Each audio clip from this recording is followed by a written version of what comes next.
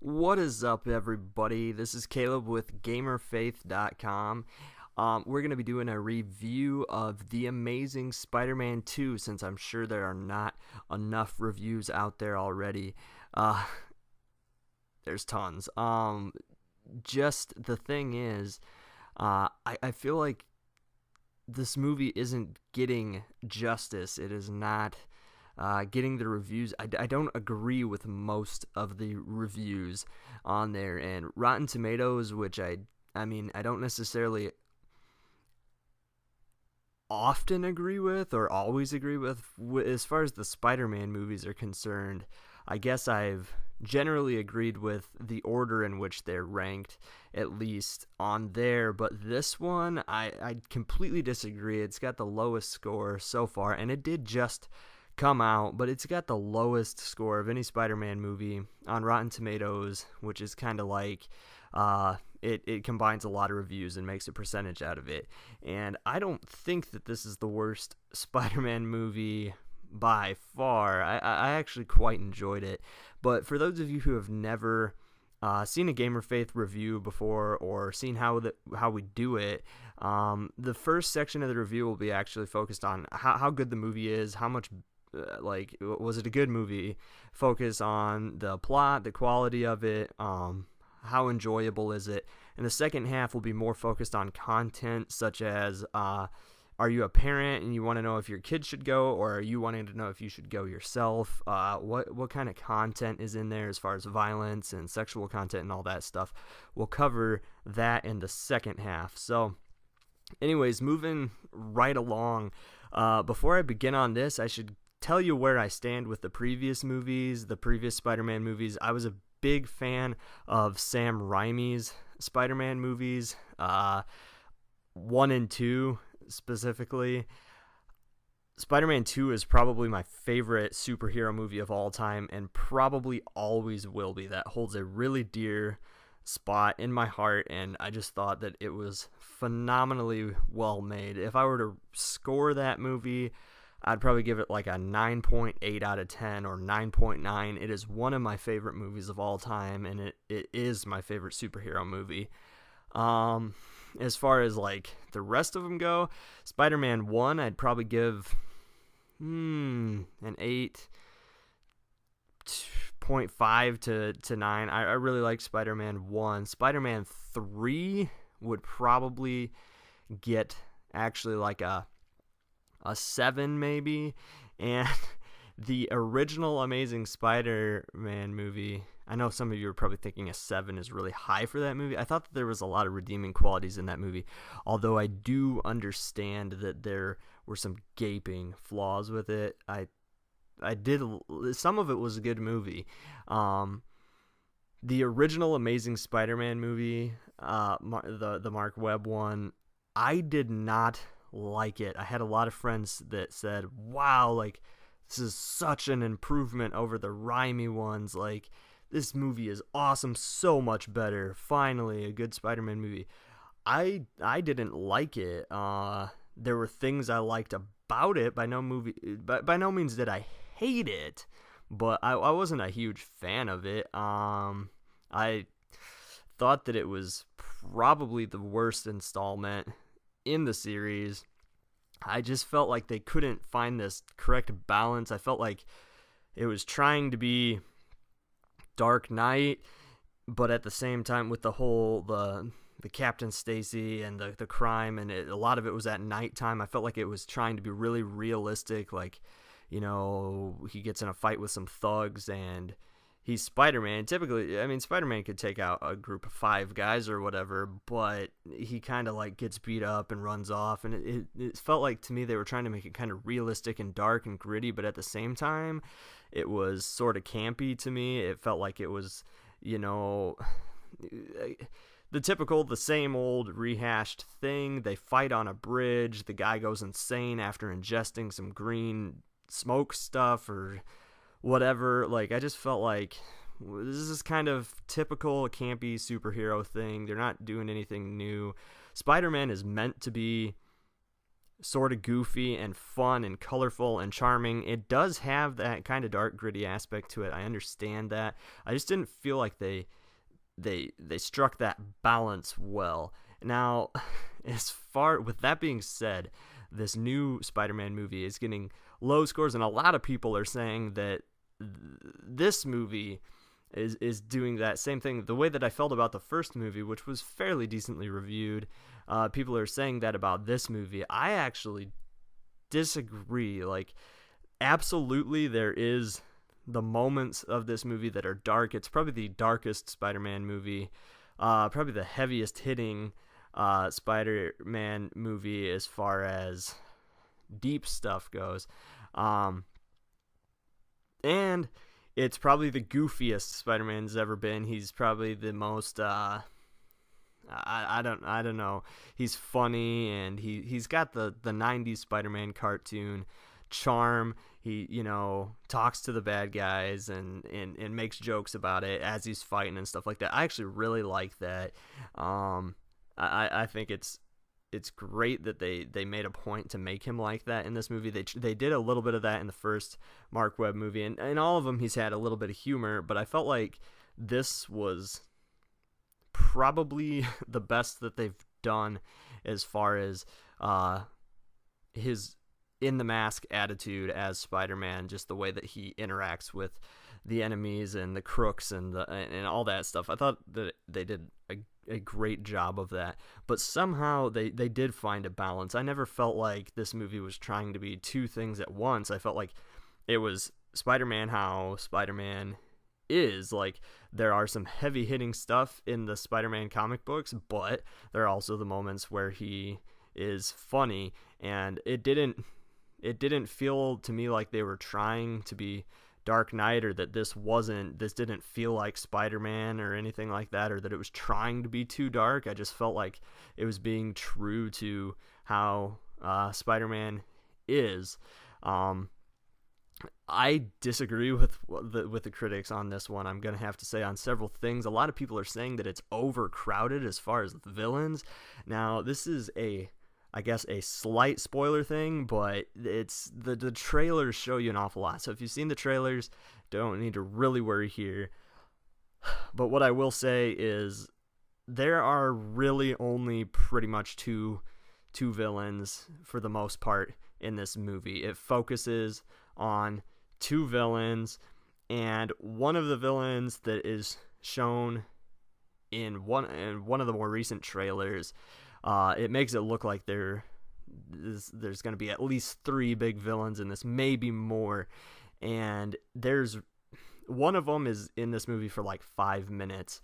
It is not a major thing at all. It's just kind of I almost feel like they needed something in order to transition to another part of the movie. I felt like they just kind of put it in there. It was cool. I was glad that they did that instead of just using some, other generic criminal or whatever. It was cool that they put this enemy in there, but he's not a major part of the film.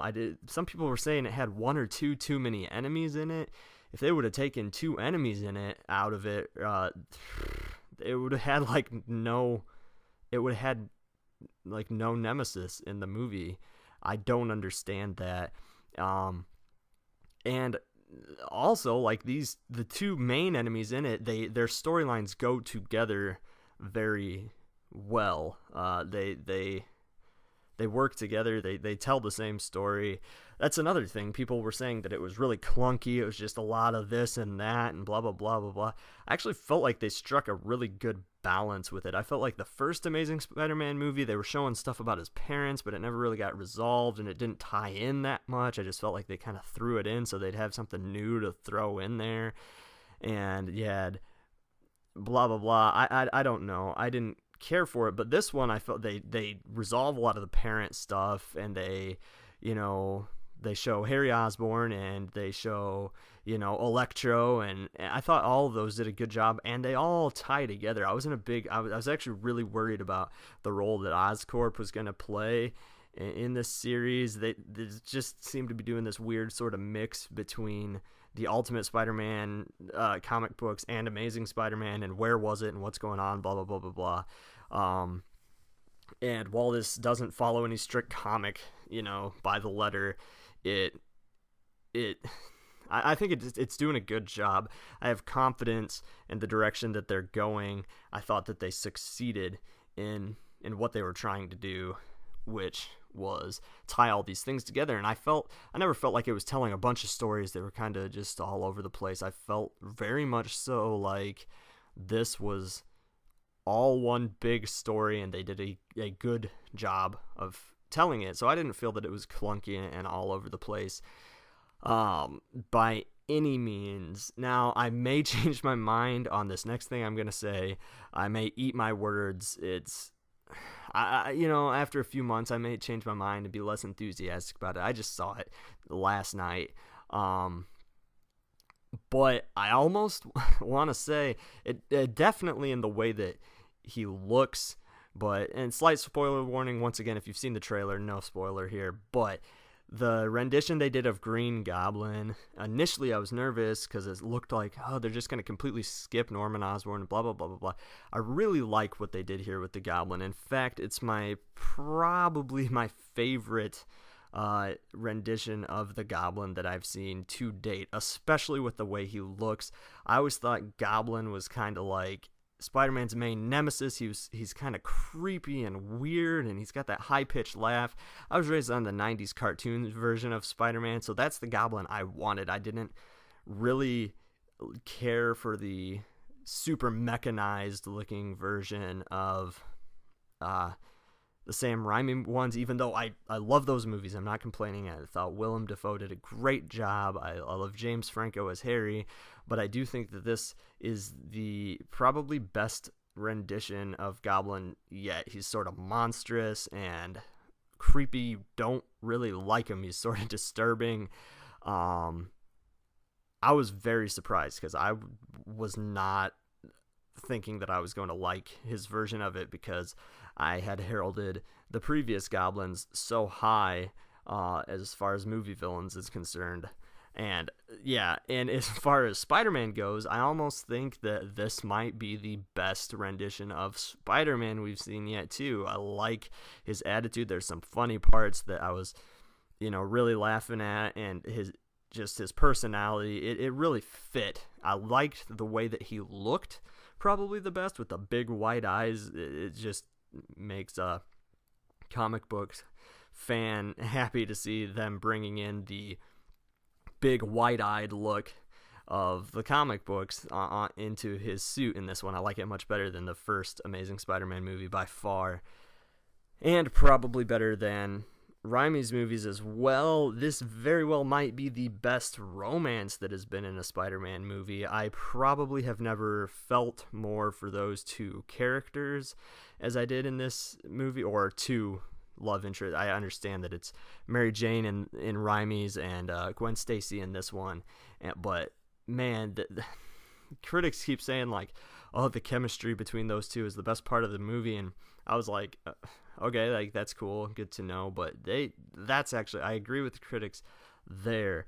They're really convincing. With all that being said, like, it's the best Goblin, maybe the best Spidey, maybe the best romance. Like, why isn't this your favorite Spider-Man movie? Spider-Man 2, I still feel like it's the better story. I still feel like it's just the definitive best Spider-Man rendition we've seen so far. It just really captured Spider-Man. I'm still saying Spider-Man 2 is my very favorite Spider-Man movie, but Amazing Spider-Man 2 is right up there. It might actually be in second place, which like 16-year-old or 14-year-old me, whenever the original Spider-Man came out, might smack me, be like, what? How? Because I watched that movie like 11 times in theaters or something ridiculous like that. I was a super geek, and still am, but not quite maybe willing to spend that much money, but I really, really liked it. I would probably give this movie an 8.5 to a 9 even. It's one of the best recent superhero movies that I've seen, I did not think that. I thought that I might like this one. I liked the trailers. I thought it looked cool, but I really wasn't expecting to like it this much. My girlfriend, not a huge action movie fan, she even really liked it a lot. So I feel that it's a great movie. If you like superhero movies, if you like Spider-Man, I think that you will probably really like this movie. So don't let most of the critic reviews get you down. It's not a big clunky mess. It's a good movie. With that being said, we're going to move on to the content review section of this. So we're going to take a 2-second cat break, and then we will be back with that.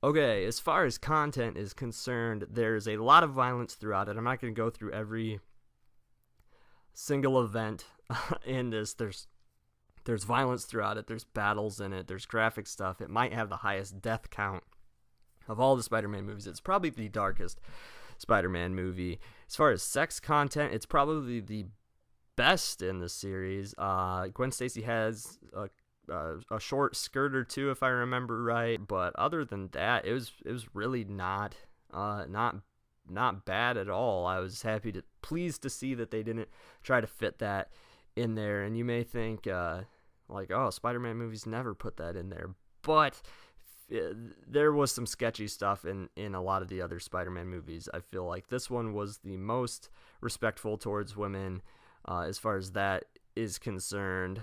As far as language, there's a handful of occasions. Unfortunately, I hate it that this is just, I feel like they got to put it in every movie, but they use the Lord's name in vain a handful of times throughout the movie. I think they use a few other words. You're not getting any F-bombs or anything like that, but there's a couple occasions where they use a few other cuss words, if I remember right. It's unfortunate that they do that. Any of it is too much, but it's better than a lot of the movies as far as by comparison. I know you shouldn't probably do things that way. Oh, because it's not as bad as this, like it's okay. It's not okay, but it's, if you've seen any of the other recent superhero movies, you're probably in about the same boat as this one. It's not like every 5 seconds or anything like that. As far as like spiritual content is concerned, Electro makes a comment that he is a lowercase g god, and he says that Spider-Man like kind of makes a snarky remark back to it. That's all I can think of there. Here's a spoiler warning. If you want absolutely this, turn off the video right now if you want to see the movie and you don't want any hint towards anything. I am not going to tell you what happens, but all I will say is that this is a really heavy hitting and deep movie. I didn't leave it with a happy like attitude. It makes you think, and it might be pretty heavy for some younger kids. It was heavy for me. It was heavy for me. I laid awake in bed thinking about some of the stuff that was in this movie. There are some crazy things in this movie, especially for a kid. So if you're not going to sit down with your kid, talk to them about what they saw. I wouldn't recommend taking a young kid. If they're a mature kid and you're going to talk to them, then yeah, I think that they can probably handle it. But there is some violent stuff in here, and there is some heavy stuff that is kind of hard to digest, and there's some sad stuff in this movie, and so be ready for that. It's probably more so than any of the other Spider-Man movies.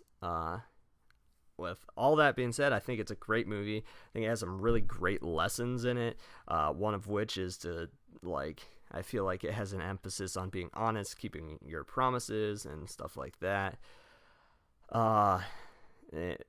There's some questionable content, but it's probably better than most superhero movies lately up to this point.